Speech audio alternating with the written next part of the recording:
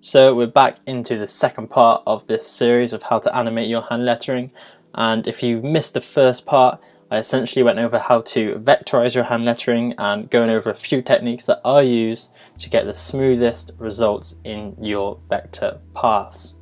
So I have the finished piece here. What I didn't cover on the last video was the little drips, but they're self-explanatory and you could probably make them using the techniques that I showed you. So now before we take it into After Effects, the thing that we're going to have to do is actually split all the layers up so that when we put them into After Effects, they're not all grouped together. So the best way to do this is to just select everything. So just press V on the keyboard to get your selection tool, click and drag over everything, and that's going to select your layer on the right hand side. Otherwise you can just press the little circle, it's going to select everything. I'm actually going to want to press the little icon to the top right, it's like 3-4 lines, and just press release to layers sequence. Now if we select everything again, you can see it's all different colors, and that's because it's split it up into a bunch of different layers, which we can see on the right hand side. So we're going to be working with quite a lot of layers, as you can see, and what I like to do is order these layers from top to bottom in order of start to finish of animation. So this is now when you kind of have to visualize how this is all going to pan out. It's pretty straightforward with a word. Obviously you start from the first letter and you end with the last letter, so we can start with that. So I'm just going to click on the T, the stem of the T, and it's highlighted layer 37, so I'm just going to drag that to the top and rename that T1 because that is the first part of the letter T that we'll be working with. And then I'm going to select the next one, drag that one below T1 and press T2. Again with the R, drag that up, R1, and you get the gist of this. So we're just going to go through, we're just going to rename them just so that it's easier to kind of navigate when we're in the After Effects workspace. And I'm actually really happy with how this lettering is looking. I've just sent it off to Rafa now. I'm hoping I'm pronouncing his name right. If not, I really do apologise, but I've just sent it off to him and he's super excited to see how this is going to turn out, and so am I. And it's just great that I can show the process for you guys. So I'm just going through right now, I'm just reordering the layers.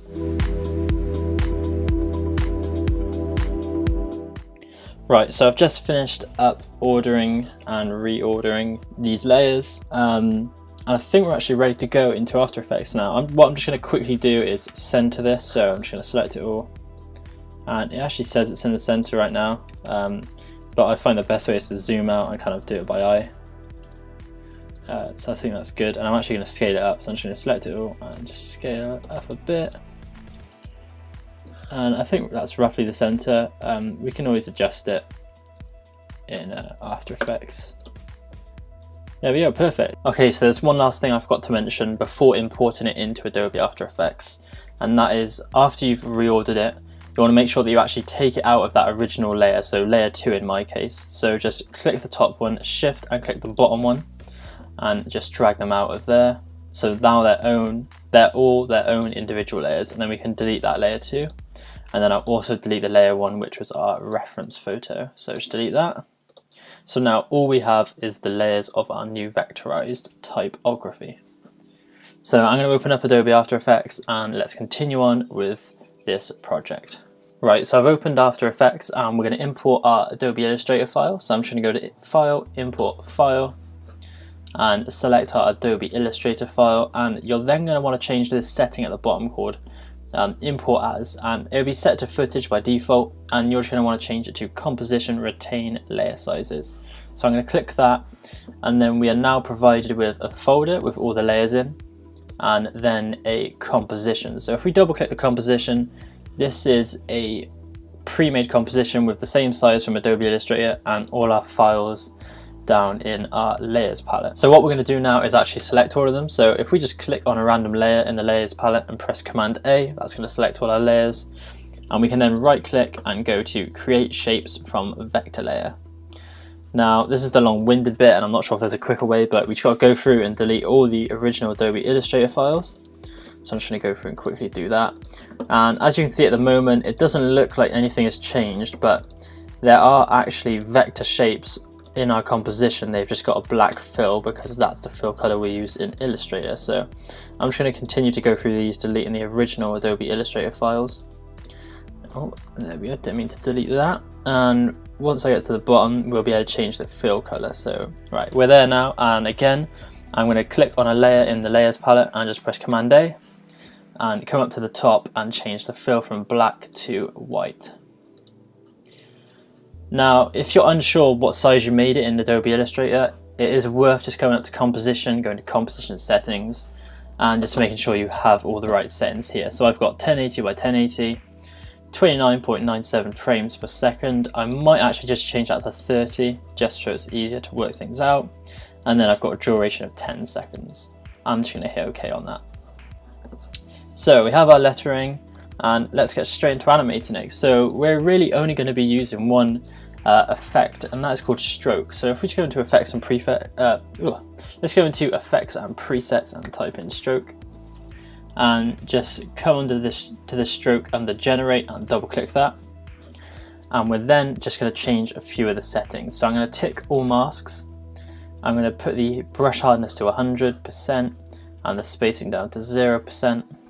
And I'm then going to change the paint style to reveal original image. Now our fill has now disappeared because what we're going to do is actually paint this back in.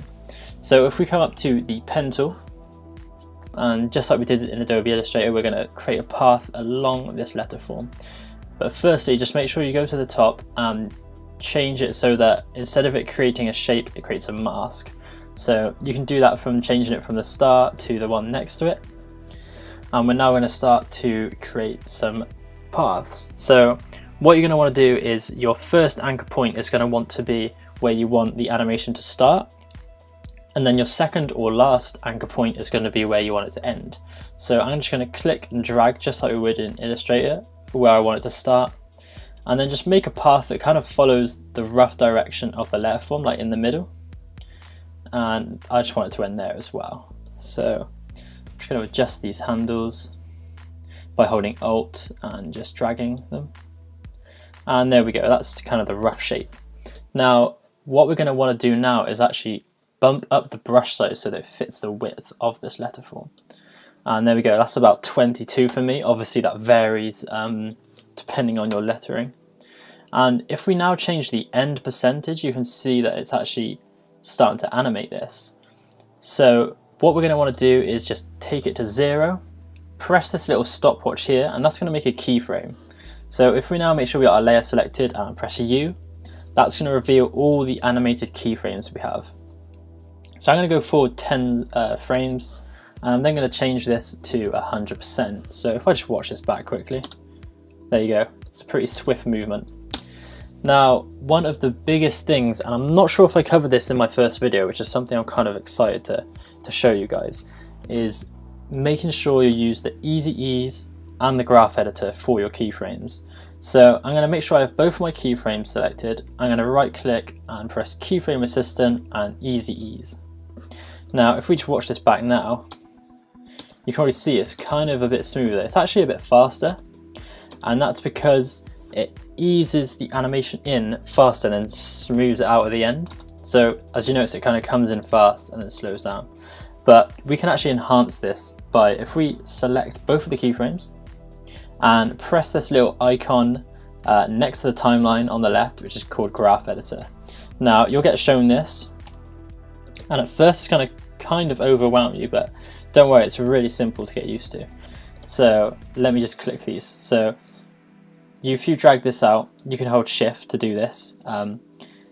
Let me kind of explain this to you, how this works, right? So if you imagine this is the speed of the animation, so it's going to kind of start off with no pace, and it's slowly picking up, and then it's going to slow back off as it gets to the end.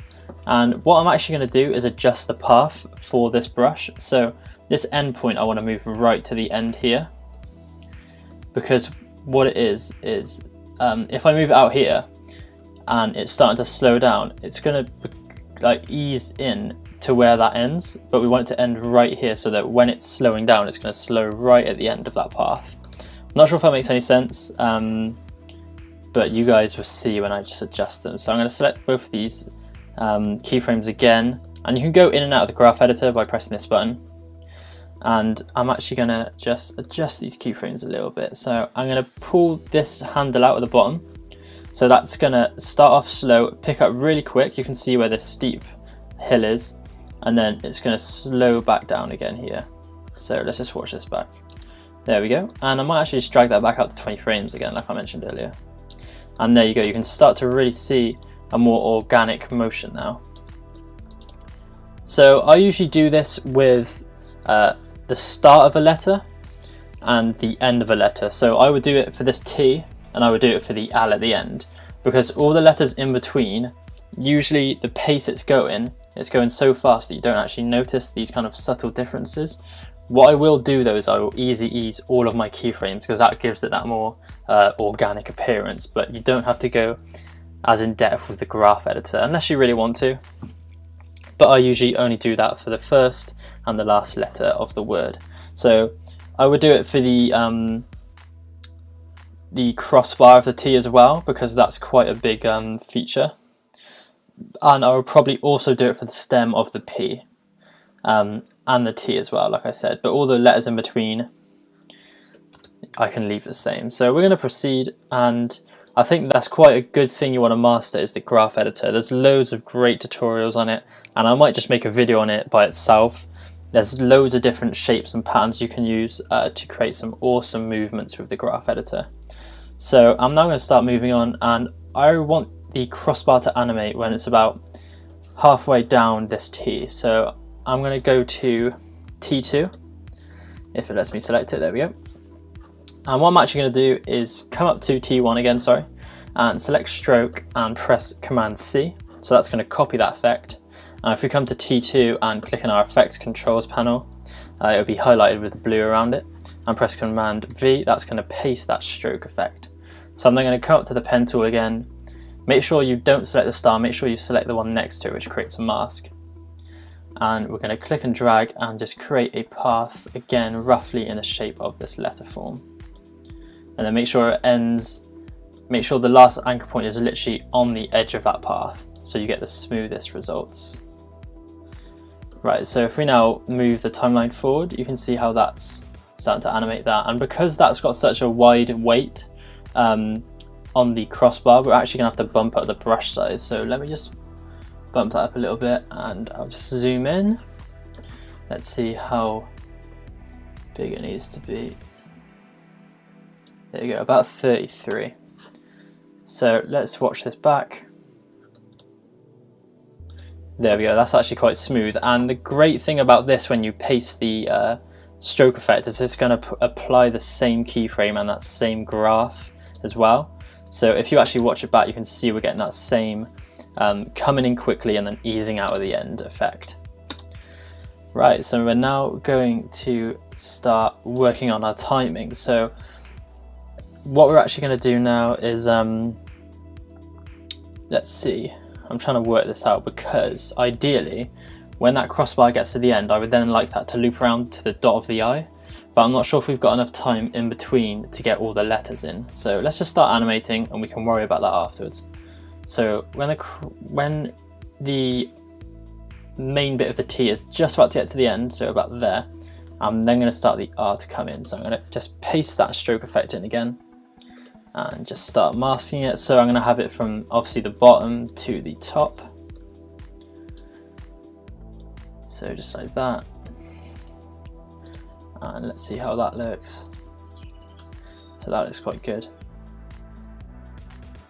And what I usually do, which is a good rule of thumb, is so that's where the animation ends on that keyframe, and you can go between the frames by pressing Command and the left and right arrows.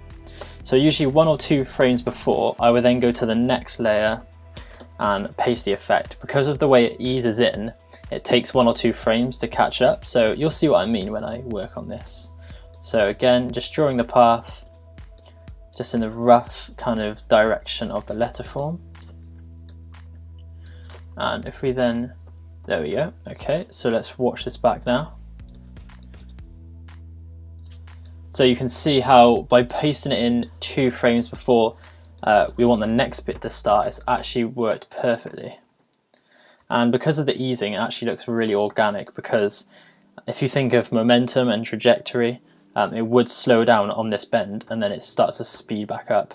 Now, here's a problem which I was outlining a couple videos ago when we were vectorizing in Adobe Illustrator. This is why you have to split it up, because as you see we have quite a big brush. It started to carry itself over into this part of the owl. You can see here how it's starting to do it. So an easy way around this is just to move this path offset to the left.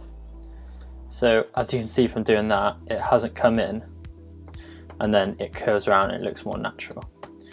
So I'm going to go back to about here, because I'm trying to think of how long it takes for that O to get around.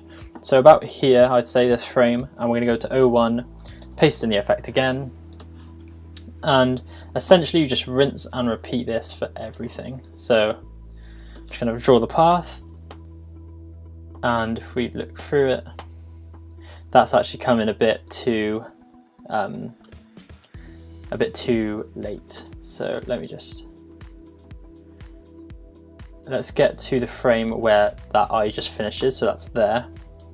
And if we press U on our O1 layer, so our letter O, and just select these keyframes and move them back until it gets to where it's just overlapping that eye. Alright, so if we watch that back now, let's have a little look.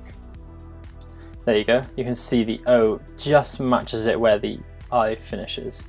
And actually I might move it back just for 1 frame again. There we go, perfect. So just watch this. Now I'm actually going to adjust that R, because I think that's a bit too fast. So it comes down at a nice pace there. So about there, I'm then going to slow it down. So what I'm going to do is actually just teach you a really cool technique I learned recently. So if we select our R layer and press U to show our keyframes, and we can press this little diamond button over on the left hand side, and that's going to add another keyframe. Now if we select all our keyframes and go into all our keyframes for that layer and go into the graph editor, we can then actually drag this last keyframe out, and that's going to make it slower at the end. Now as you can see, when we drag it out, it's actually increasing that midpoint handle. So we're going to drag it out, but then we're actually going to just drop this handle back down, and that's going to create that easing effect. So if we just watch it, that's made it a lot slower now. And I'm just going to drag it out a bit more, I think, as well. Maybe to about 2 seconds. So that's a lot better, and I'm actually just going to move that midpoint keyframe along a bit, which is going to just slow down the whole animation. And it gives our O a lot more time to come in as well. So we can now adjust our keyframes for the O, because there was kind of an inconsistency in speed. The T was coming down, the R was coming down, and then the O was starting way before I wanted it to. So let's just adjust that now. So I'm just going to select the keyframes for the O, and using the command button and the left arrow, let's just get to the keyframe where the eye finishes. So that is this keyframe here. And let's just drag that to there. Let's see how that looks now. There we go, that looks a bit better. I'm still not completely happy with it, but for the sake of the video, I'm just going to carry on, and we can always come back and refine this afterwards. So we now want to animate the second part of the O, and like I said before, just if we go to where the O finishes and connects to the second part, and then go back 1 frame, then go to our second O layer and paste it in, and this easing effect will make sure that it comes in just on time, or most of the time it should. Obviously this can vary, so let's just there we go, perfect. So let's just watch this back. There we go, quite happy with that. So just watch it again. Now I think for that second O, there's too much of an ease in at the start of it, so I'm just gonna come in here and cut that down and cut that down. Also, bring the handles in a bit, and I'm actually just gonna speed it up. So let's go to about there, and let's watch that again. There we go. That looks more natural now. You got more consistent speed. So I think I'll just slow it down as it's going up, because if you think about momentum, coming down it should be a bit faster, and then going up it should be a bit slower. So I'm going to just drag it out a bit, and let's have a look at that.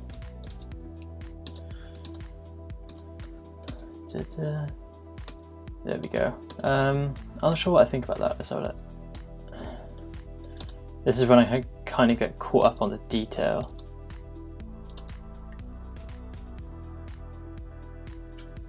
Let's have a look. Let's bring that handle in a bit, because I think it's easing too much at the beginning.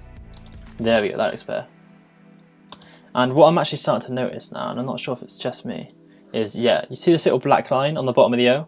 This again refers back to my Adobe Illustrator video where you need to overlap the paths. And I'm not sure if I forgot to do one of them. Yeah, I did. So this, luckily we can edit the paths in After Effects. So I'm just gonna get the pen tool, and we can select the paths, and I'm just gonna adjust this handle here and adjust this one. And you see how that's now got rid of that little black line there. So that is why when we're splitting up the layers in Illustrator, you need to overlap them. So there we go, I'm happy with that now, and that looks a lot better. So we're now just going to continue and start with that P, and just continue to build these up. So obviously this is a very time consuming thing, but it's worth it in the end. And I advise, if you're starting off, just maybe start with one word.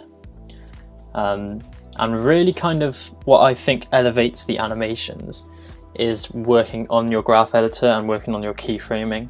So if there's one kind of piece of advice I would give you, is to kind of nail that graph editor. Just figure out all the different ways you can kind of manipulate the keyframes to alter your speed. So let's just have a look at this. So the O, that top bit needs to come across just as the O finishes. So let's go back to the keyframe, which again you can use Command and the left and right arrow on your keyboard, or just scrub along the timeline here. And let's just go to when it finishes, which is there. Press U on our P1 layer and just drag the keyframes back here. So we want that just coming over there, so let's have a look. Whoa, that's way too fast. Right, so let's drag that out a bit. Let's see how that looks. Yeah, I'm not a massive fan of that, so let's just adjust the graph editor a bit.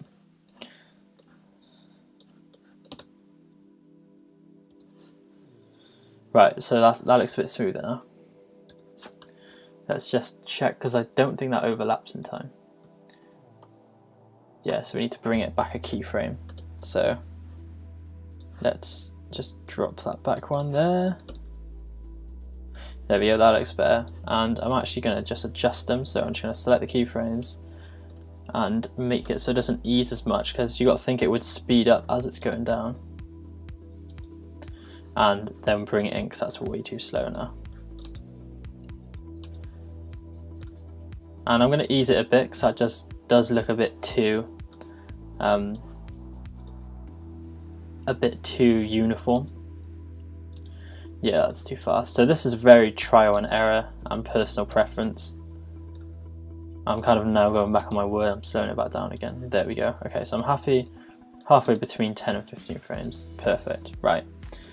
So we can now copy and paste this to our P2. So just paste that. Oh, didn't mean to do that. Let's try this again, shall we? Right, I've somehow lost that stroke effect. There we go. Copy it again and paste it in here. Now this is a letter where I would really exaggerate the path at the end, because you want it to be really smooth. So I'm just going to drag that like that. Make sure to put it right where the path ends, so that when you use the easing, it's really going to slow down towards the end. So I'm just going to get out the graph editor, press U to open up our keyframes for this layer, and just select them. So let's have a look. I think I forgot to go 2 frames back, so let's go there and just drag the keyframes back. And I think I'm going to drag it back another layer. There we go, that looks better. Alright, see, now we're getting this problem where because we need to drag it back so many keyframes so it flows naturally, it's starting to appear before we need it to. So a great way we can tackle this is get to the frame you want it to appear, so this would be this frame, press T on our layer and make a keyframe for the opacity at 100%, go back one layer and change it to 0.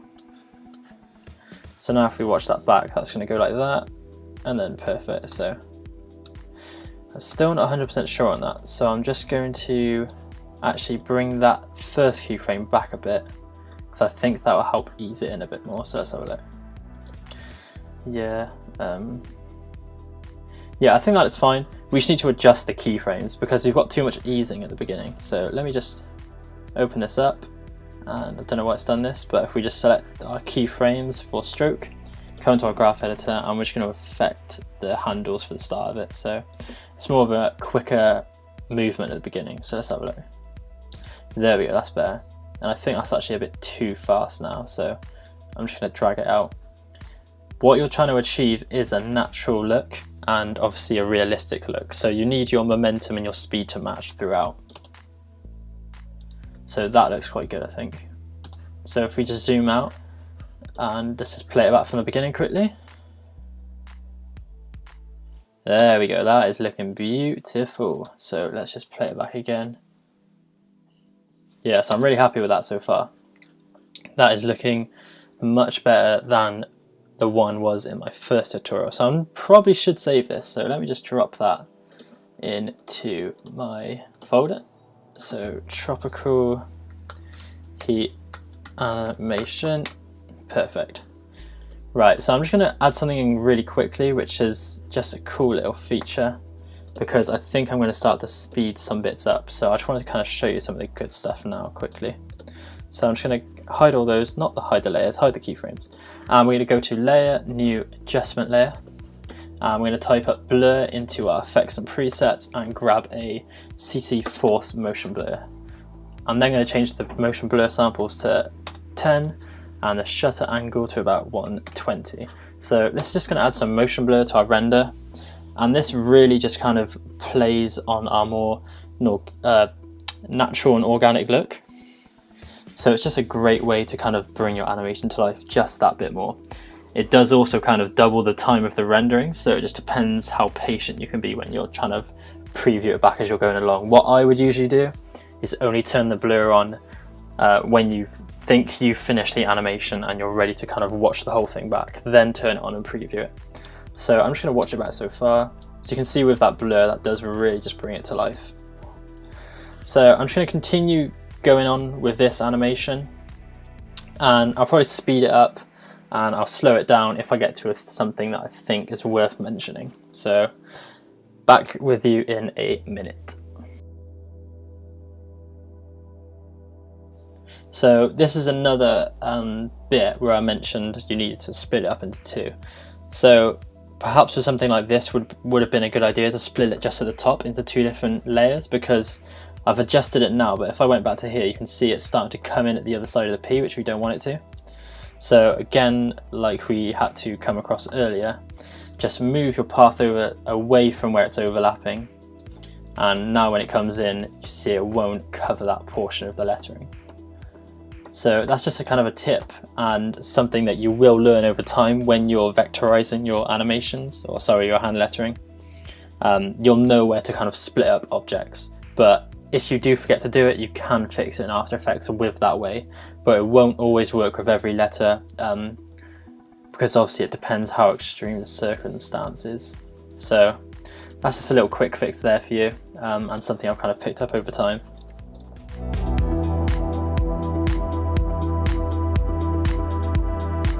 Right, so this is very problematic because the brush is starting to show on the left side and the right hand side. So what I would typically do here is actually start to animate the brush size. So we know it's at 23, so I'm just going to make a keyframe there and press U, and we'll just drag that keyframe along. But for now, we're actually going to want to reduce it down heavily. So we've got it, let's try 10, that's okay. and let's just kind of move through the animation and see how far we can get with the brush size on 10. So keep going, and that's starting to come in there, so I need to move that over a bit. Right, so that's a bit of a problem already. Hold on, let me move the keyframes a bit. Okay, so staying at 10, we're not having any problems just yet. Let's just keep going. Right, okay, so now we've started to get a bit of a problem here. So let's just keep that there. And we're just kind of having to adjust the path so that it fits. And again, a bit of a problem there. Okay, we're okay, it's all good. Right, so yeah, an easy fix around that is just to animate the brush size. So let me just talk through what I've just done. So what I've done is reduce the brush size down to 10. And if you look at my keyframes in my timeline, it starts increasing the brush size here. So this is our first keyframe at 10, and then it's going to start going up to 23. But in all honesty, it could actually stay at 10. The only difference is, which will annoy me, so I'm going to fix it, is if we kept it at 10, this little bit on the left hand side is going to, it's not going to fit the whole width. You see that there's a bit of a gap, so I'm going to keep that in like that. And what I might actually be able to do is I might be able to fix that if I do that, just kind of adjusting the path so that it's in the center a bit more. So let's see if that works. Yeah, so that's actually perfect. So we could keep this brush size at 10. So if we play that back, yeah, that's perfect. So just like kind of adjusting the brush size to fit that specific letter form can be a way to kind of get around that circumstance. Now, if I thought about that logically, I would have split that C up in half, probably just at the bottom at the midpoint there. But obviously I was probably trying to rush it because I was recording the video. But yeah, when you have more time, just kind of make sure that you've thought about any kind of circumstances like this, and it's a lot easier now to explain it now the problem's in front of me. So if you have watched that first video and you didn't understand what I meant, this is the problem I was on about.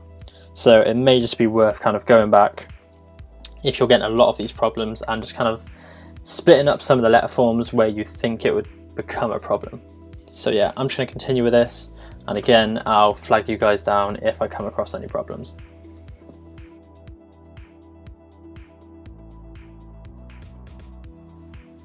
So like I mentioned earlier, some letter forms obviously you need to kind of get that same momentum. So with this one, if I just scrub through it slowly, you can see this is coming down at quite a good pace, and then when it gets here, because of the easing we've made on this graph editor, it goes really slowly here and then starts to speed up. But what we actually want is it to continue the momentum and then start to slow down as it gets to the top. So if we look at this graph editor, we can see it starts off slowly and then goes really fast up about halfway through the animation and then eases off again. But what we actually want to do is eliminate that easing in at the beginning by dragging in the handle. So just make sure you've got not the direct selection, just make sure you've got the selection tool, which is V on the keyboard. Just hold shift and drag in the handle so there's less of an ease motion at the beginning. So if we just go through this now, and actually we'll ease that back in a bit. So if we watch this back now, there we are, it's still a bit too much, so I'm just going to drag that in a bit. There we go, perfect. I'm just going to drag it in a tiny bit. Let's have a look. There we go, that's fantastic. So yeah, that's just something to take note of as you're going through. Just make sure that the momentum is kind of staying consistent throughout your letter forms.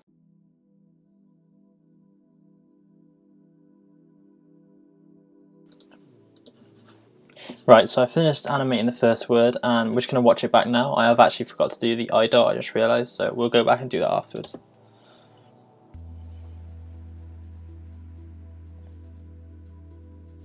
Right, so that's looking pretty good so far. Obviously there are some kind of timing issues we need to work on, but I think it's looking quite good actually. So I think that I dot is going to have to be animated afterwards because it's just going to come in way too early. But I'm going to try it and just see how it looks anyway. So let me just select all these and hide the keyframes, come out the graph editor and come back to the layer. Right, so I'm going to go back to where the crossbar finishes, that's just about there, and paste the stroke effect. Let's just put the path in for this here.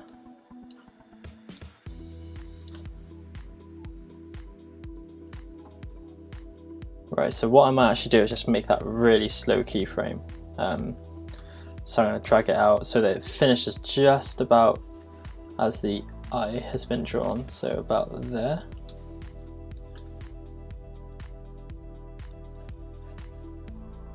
So that's just about there. So let's watch that back. Yeah, that looks a bit weird. Let me just watch that back at full screen. Yeah, I think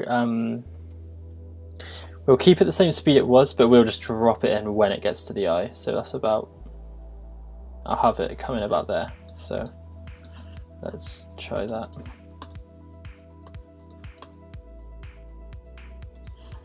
Yeah, I think that's a bit quick. Let's just drag it out a bit. So let's try that. Yeah, that looks quite good, I think. I'm just going to bring that back so it comes in a bit sooner.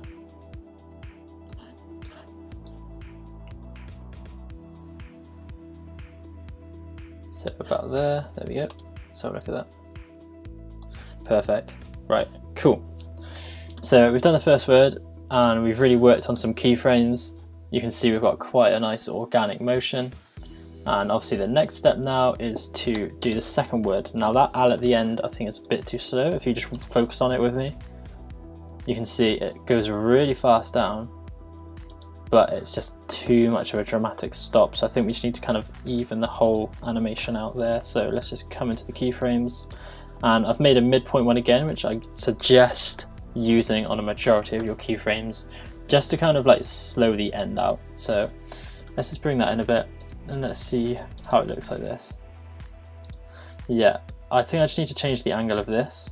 So let's just kind of work with that there. Bring that down. We just need to make it so it's not as steep. Let's try that. Yeah, and then just drag that last point out. So I'm just going to select it, hold shift. Let's see how that looks. Yeah, I think that looks quite good.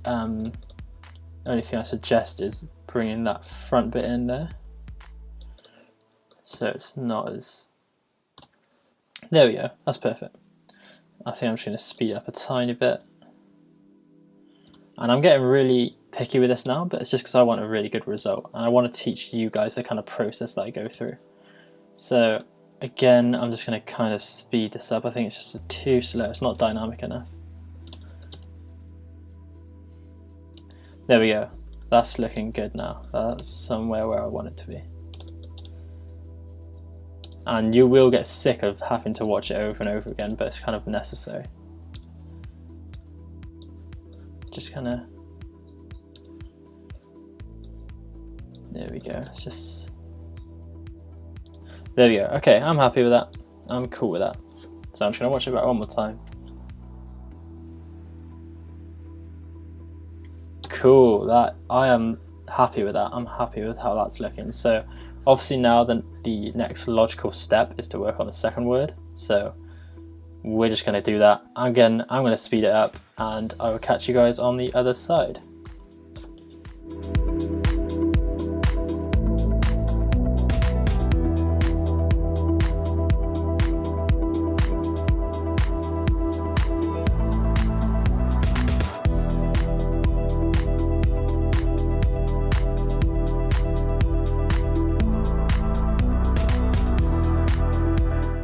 Right, so I'm coming to the end of this animation now, and actually what I've just been working on for the last few minutes is the timing. Okay, so let's just watch this back from the beginning now. Beautiful. Okay, so that's all finished, and I'm torn between two different concepts. I'm torn between it all finishing and then the drips come down, or the drips come down once that letter form is finished, and I'm kind of going towards that second idea, because if you think how it would actually work, that would animate and then it would start to drip. It wouldn't wait for it to finish, if you're thinking logically, that is. And I'm thinking that would kind of shorten the whole animation down and just it would look a lot cleaner, because we're already at 6 seconds by the time this finishes. Yeah, just over 6.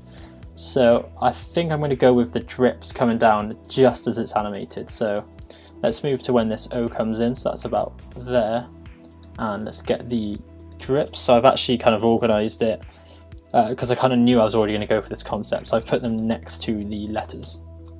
So we're going to find this one, and we're going to use the same effect again. So I'm going to get my stroke, so let's just paste that in there, and we can use a lot smaller brush for this. So let me just put the path in quickly, because with a massive brush it's going to go through it too quick. So let's just decrease that down, so maybe about 10. Probably go even, we can probably go tiny, like super tiny. Yeah, let's go for like 2. Like, that's going to work. But I think I'm actually going to bump it up to 5 because I know I have some bigger drips on this piece, especially on that L at the end. So let's just work with 5, because then we can copy and paste that across all of them. So let's just see how this looks. Yeah, I like that, but I think I'm gonna have it a lot slower, because obviously ink doesn't fall that fast because of the viscosity. So let's just, that ink is just going to come in a bit sooner. Ink is a lot more uniform in the way that it animates.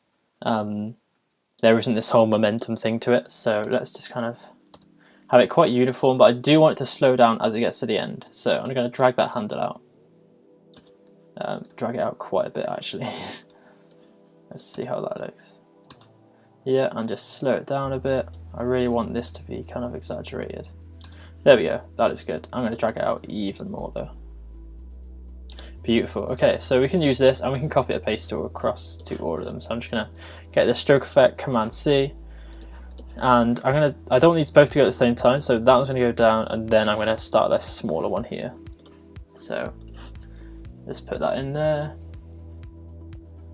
put a point there, and let's just see how this looks. Yeah, that looks good. I think that's too much of a gap there though, so we're just going to bring it back a bit.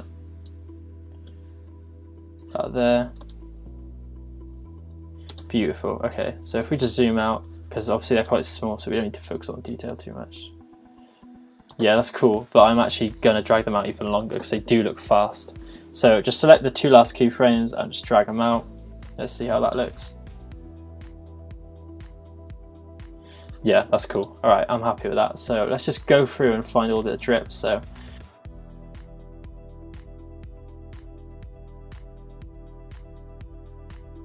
that's looking good now. I think that's pretty much everything animated. So let's just watch it back quickly. Might have to RAM preview it, so it might not be as smooth as, yeah, it's RAM previewing, so we'll just let it preview, then we'll be able to play it back in real time afterwards. Right, cool, let's watch this.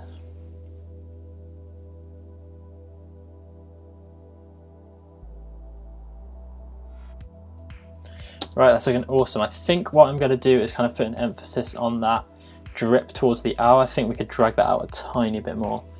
Because my eyes were kind of drawn towards it because it's the biggest one out of all of them. So if we just drag that out, let's see how this looks now.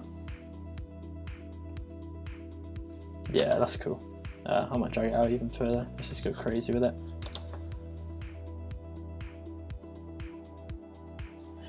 Awesome, cool, that's looking really good. Okay, so I'm kind of having visions of a massive piece of ink just coming down the whole page and filling it with white. So what I'm actually going to do is just pre-compose all these layers. So if we press Command A, but we don't want to select our blur adjustment layer, so Command click that to unselect it, go to right click and pre-compose, and we'll just call this type. So essentially that kind of groups it all, and we can now apply other effects. So a good one I like to do is to scale it. So if we set a keyframe right at the beginning and press S to bring up the scale parameters, make a stopwatch there and kind of go towards the end here, so about 8 seconds, and make another keyframe by pressing the little diamond. And then if we go back to the first one by pressing the left arrow, and I usually put this about 110, so I bump it up by 10, and then select both of them, easy ease it, and then just probably leave it because it's such a long keyframe.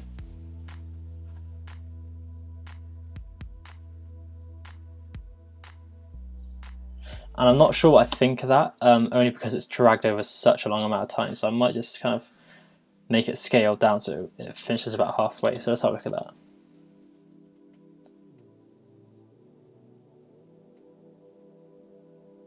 Yeah, I don't think I'm a fan of that, so I'm actually just going to scrap that idea, but that is something that you can do. I'd say that works best on the shorter animations. You can get more of a dynamic motion with the scale. So I'm going to continue with this kind of dripping idea. So what I could actually do to save me some time is double click into our group, and I'm going to take that big drip by the owl, so I'm going to select that layer, and I think I can go to edit, copy, edit copy, come out of the pre-composition by going over to tropical heat composition here and pasting it. So that's pasted the exact same path. And what we can actually do now is just scale this up, and we're going to want to scale up the brush as well. So let's have a look. Let's drag this across. Yeah, so that looks cool.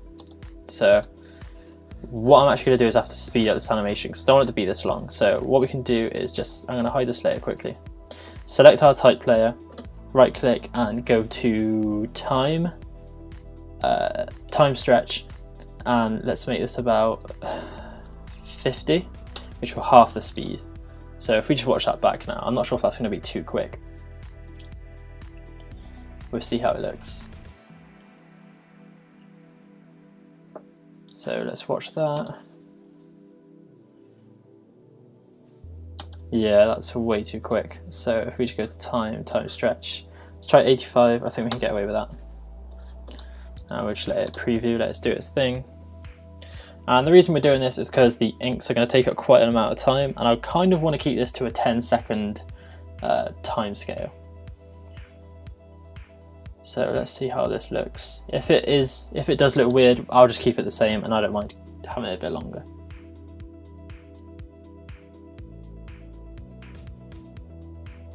Yeah, so I'm happy with that. So once that gets to 8 seconds, that's had about 30 keyframes buffer time, and we can start to affect this. We can start to implement this drip effect. So we've got this one here. I'm going to call this drip, and press U to bring up all the keyframes, and we're going to want to bring it forward, and actually shrink that down so it's faster as well. So just bring that first keyframe forward to where the timeline is, and we'll have a look. Now that does look a bit too fast, that's the only problem, so I might have to bump up the time for this to 15 seconds. So if you just go up to composition settings and change the duration, I've just changed it there, and you can start to just drag these out. So if I drag that out there, and you are going to have to go into your pre-composition and change them here as well. So just go into that and change those, and then press Command A and just drag out these blue lines at the end here. So that's going to extend the time. So if we press X on this and go back to our original one, we can drag this out so it'll stay for longer. Right, so let's drag that back out again to about there. Let's see how that looks. Right, so that's cool, but obviously we're going to need more than that, so we'll have to copy some more drips. And I think the easiest way again is just to copy some more, or actually we could probably copy this one. So if we have our layer selected and press Command D, that's going to duplicate it, and just kind of move these keyframes. Let's move this one back so they come out quicker, and just move it along, move the position of it as well. So I'm going to select it, but just shift it over to about here, and let's scale it up as well. So like that. That means we're also going to have to scale up the brush on our stroke settings as well. So let's bump that up, and let's have a look at how that looks.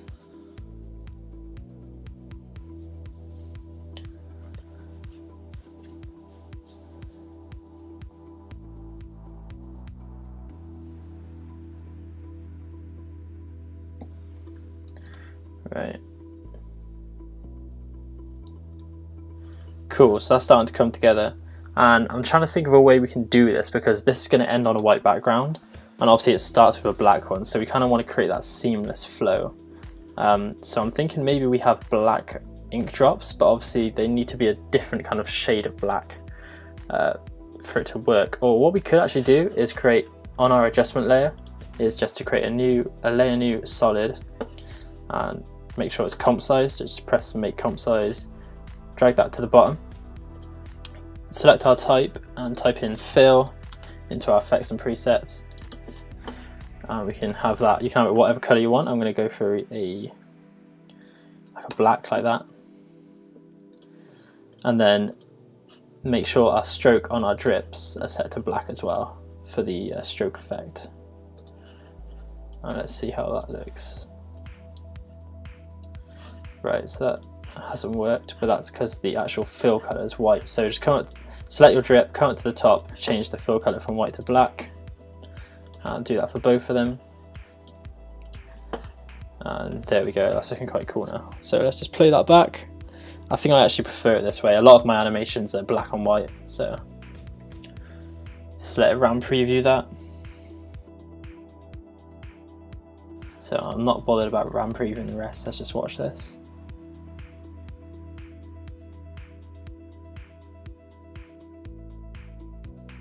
And I think there's too much of a pause there, so I'm going to get to there, and that first one I can probably have there.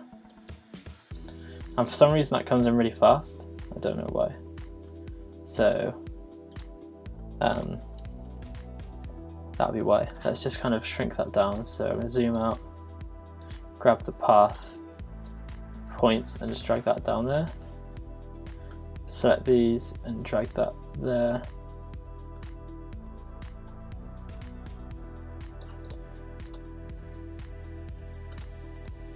Just so they've kind of got a better idea of what's going on.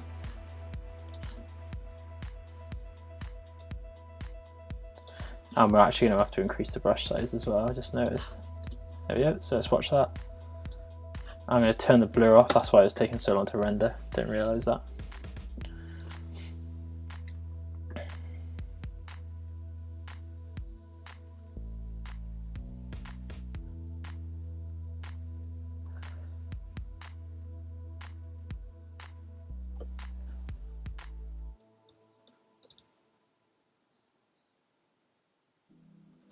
Right, okay, so I'm actually going to extend that again. So let's just get the drips. And I'm going to lock that base layer because it's starting to get in the way of it. Let's block that. Let's lock the type layer as well.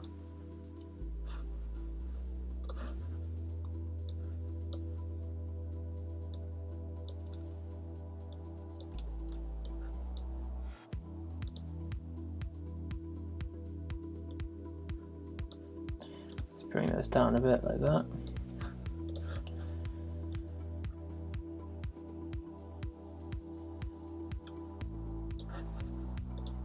And the reason why it's so fast is because the start and end point are all the way up here. So we bring that like that, and bring that green path down there. Let's center that a bit as well. There we go. This is getting super fiddly right now, but these are the kind of things that happen if you really want to have a good animation and you really want to put the time into it. Right, so let's play that back. Right, so there's too much of a pause there, so when I get to there I want the second one to come in, so I'm going to scale that down quick.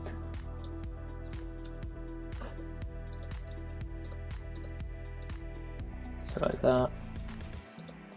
Select all these anchor points, bring those in like that, and then select that green path there, select that green path there and bring it in.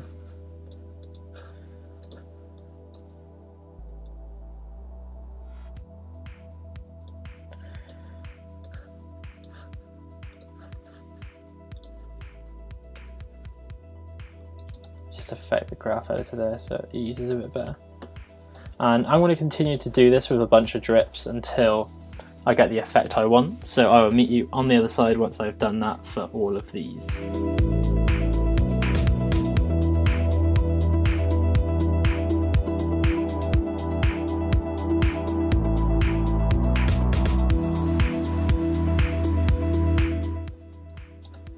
Right, so I think I've just finished doing the outro for the animation, so let's just watch this back now and we'll see what we've got so far.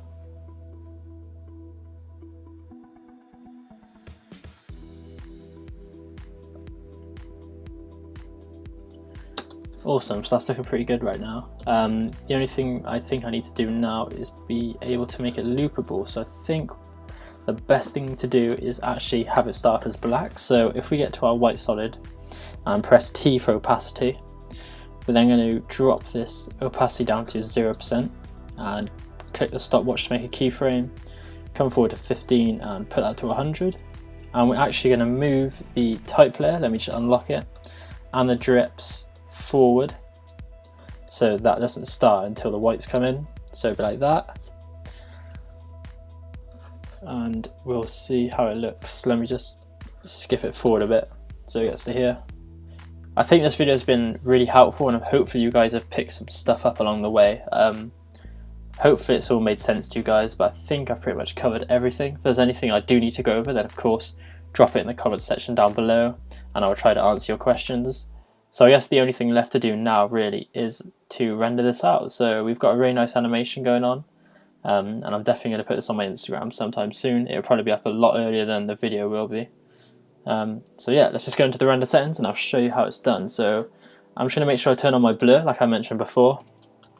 So I'll rename that blur, and I just want to make sure everything's completely finalized just before I go ahead with it. So is that looking in the center to you guys? I'll say it is. I think it is. Right, so let's go to composition, make sure you've got everything on, everything enabled that you want to. Add to render queue, click on best settings, and let me just see when this ends. So when it gets to complete black, let's have a look. It's going to take a second with the blur. Let me just disable that. So about, yeah, so we'll say 11:20 we want it to end. So let's go to our render queue and make sure that's on best, make sure the resolution's on full, and in the bottom right just press custom and we can edit the time it ends. So what did I say, 11:20, so just change that to 11:20, so that's going to be 11 seconds long. Make sure your frame rate's okay, hit OK, come to lossless, and I have this set to QuickTime, and then if we go to format options we can change from animation to H.264. I'm not 100% sure what the specifications about this video codec is, but I know that I just use it for everything because once I tried to use animation and it wouldn't actually let me get it on my phone for some reason. So go for H.264, click OK on that, click OK on this. If you've got audio, obviously make sure your audio on, but it should automatically pick it up. Hit OK, go to output, make sure you've outputted it to the right place. I don't want it on my USB, I want it in here. So hit save, and you can press render. I'm not going to do it right now just because I think it might start to lag the screen recording, but that has been this video. I'm not sure how long it's going to be when I finish. I know I've recorded probably over about 3 hours worth of footage. Hopefully it's not that long when I've edited it all and I've sped bits up here and there. But hopefully this series has been really helpful. This essentially is my process for animation. But yeah, even if you're quite advanced with After Effects, I think you would have picked up some things in this video. So hopefully you now know how to do your animations, you know how to vectorize them, you know how to transfer them to After Effects properly, and you know the right tools, tips and tricks to create hand lettering animations. So thanks for watching guys, this has been Ross. If you have any problems, drop them in the comment section down below. I'll be more than happy to answer them, and if I don't know the answer, I'm sure someone else will. So thanks for watching guys, and I'll catch you in the next video. Peace.